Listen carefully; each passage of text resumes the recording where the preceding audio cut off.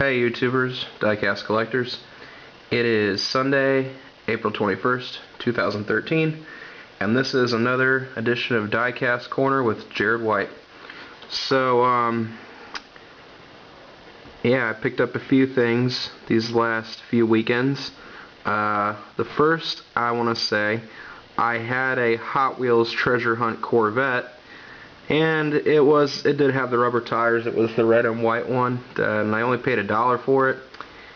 And I just didn't want it anymore because Corvettes to me are just a dime a dozen. There's just so many of them that are around. And if you look on my videos, I think I showed it on one of them, but I got rid of it. And I traded Don. I traded him these for these. And these are Martin Brothers bikes. In case y'all don't know, this is done by a company by Toy Zone. They are called Toy Zone. These are some really killer looking bikes. I love the details on them. There's a skull there. These are just, you can see the tire in the back fender, and the foot pegs actually work. They go up and down. The kickstand works.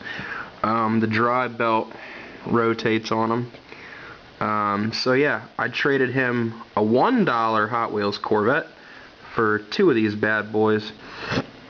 And the suspension in the front works too. The rear doesn't work.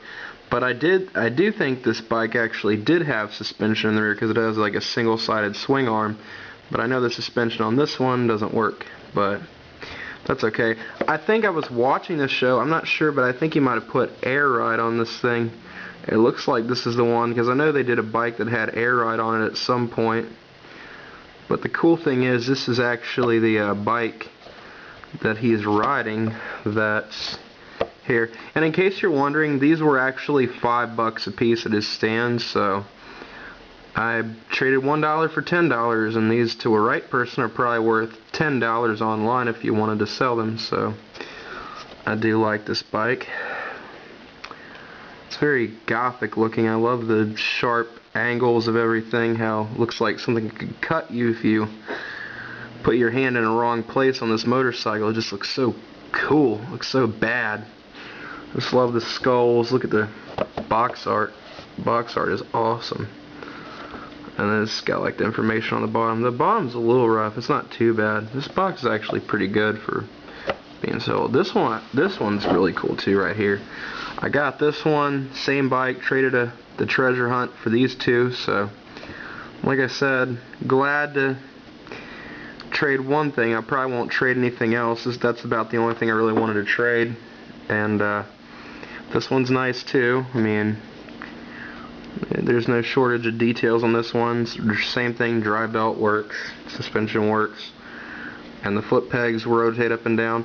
The other one, this one I forgot to mention, the shifter actually, it's got like a jockey shift on one side, and there's a little screw holding that in. You can actually move the jockey shift lever on this one, so that's pretty cool. But yeah, I like this one too. That's a nice one. Same thing, suspension works, handlebars, really nice. Yeah, that's definitely something that's sweet. The skull is awesome. You can see like if you look closely, you can kind of like see a skull on there. I don't know if the camera will focus, but yeah, if you look closely, there's like a skull there. But this one's cool. And I also, I'm a Dale Earnhardt fanatic, so I bought this thing right here. This is the Dale Earnhardt Victory Lane pit set. This is not a pit set, but it's a Daytona 500 Victory Lane Celebration. The bottom's a little creased, but it still looks fine. I mean, it's got a 1/43 scale car. It's got all the right logoing.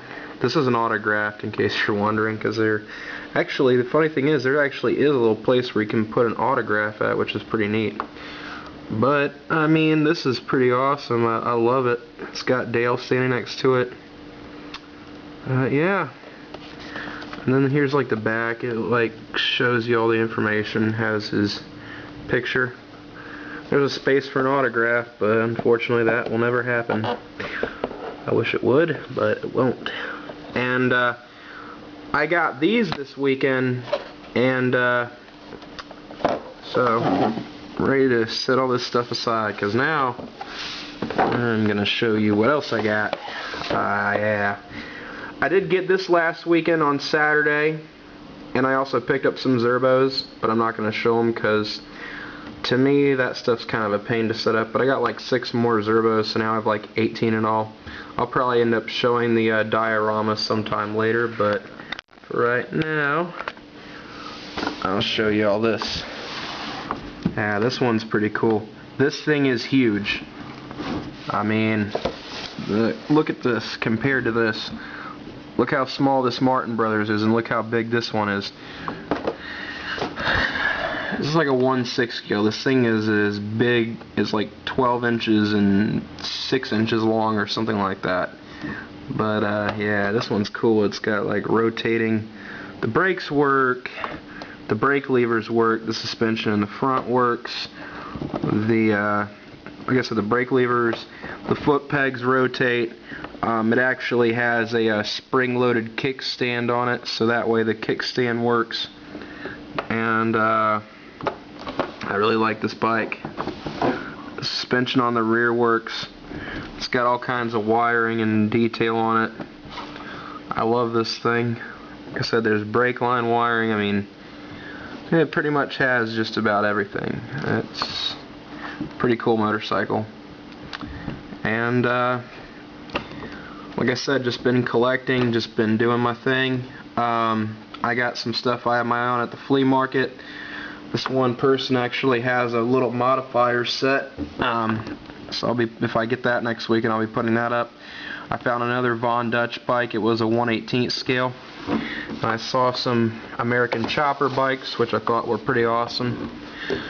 Like I said, I have a real affinity for motorcycles and cars, so I just keep buying what I buy and doing what I do. Keep wheeling and dealing. So, yep, that is what I had bought last week in the Arlen Ness bike. I had actually bought it on last Saturday, but I didn't think it was worth doing another video of it because it was one thing, and I wanted to have a few more things for the video. So, kind of glad I waited. And honestly, I thought it was gonna rain this weekend because people were calling for rain, and pretty much we had a nice weather, and like I said, been hitting the car shows and everything. So stay tuned for next weekend, because I'll probably have some stuff then. And I'm Jared White, the J-Man 63, J-Rod, and this has been another edition of J-Rod's Diecast Corner. See you, folks.